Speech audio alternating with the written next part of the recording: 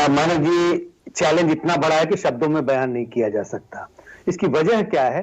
क्यों कह रहा हूं ये बात? आप चुनाव दर चुनाव देखें, पिछले 2-3 विधानसभा के चुनाव देखें, पिछले 2 लोकसभा के चुनाव देखें, जिस तरह से अब कांग्रेस के पास क्या वोट बचे हैं यूपी में?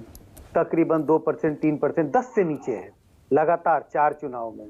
ऐसी स्थिति में अब आप इस बात का बार-बार जिक्र हो रहा है, 1 लोकसभा की सीट है, 2 विधानसभा की सीट है, इतना बड़ा प्रदेश है।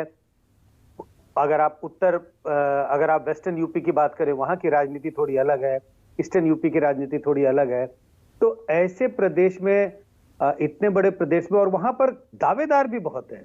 एक बीएसपी है जिनका अपना जनाधार है, एक समाजवादी पार्टी है उनका जनाधार है, आरएलडी की बात करें तो वेस्टर्न यूपी में उनका अपना एक जनाधार है, और बीजेपी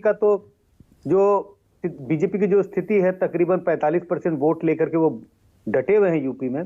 तो ऐसी स्थिति में कांग्रेस के लिए बहुत मुश्किल है कि कम से कम राहुल गांधी और प्रियंका गांधी के लिए, दोनों के लिए, कांग्रेस को, मैं कह रहा हूं बहुत आने वाले तुरंत समय में, मैं 1-2 साल की बात कह रहा हूं, 2024 तक तो खड़ा होते हुए दिखाई मुझे नहीं पड़ता है। यानी आपको लगता है कि ये जो 2-3 जिलों से गुजर रही है यात्रा, इसमें किसी को टेंशन नहीं होने वाली है? अखिलेश को, मायावती को, जयंत चौधरी को, किसी को कोई फर्क नहीं पड़ने वाला है इस यात्रा से?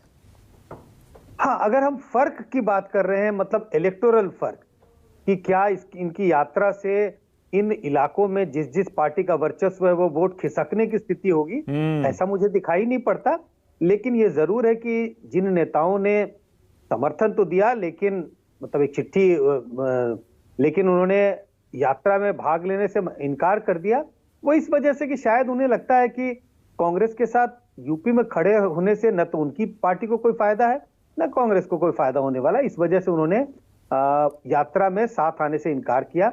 लेकिन पार्टियों को, ये जो 3-4 पार्टियां हैं जिनका हम जिक्र कर रहे हैं, उनका कोई जनाधार पे खिसकता हुआ, उनको ऐसा आभास होने लगेगा कि उनका जनाधार खिसक रहा है इस यात्रा से, मुझे ऐसा नहीं लगता।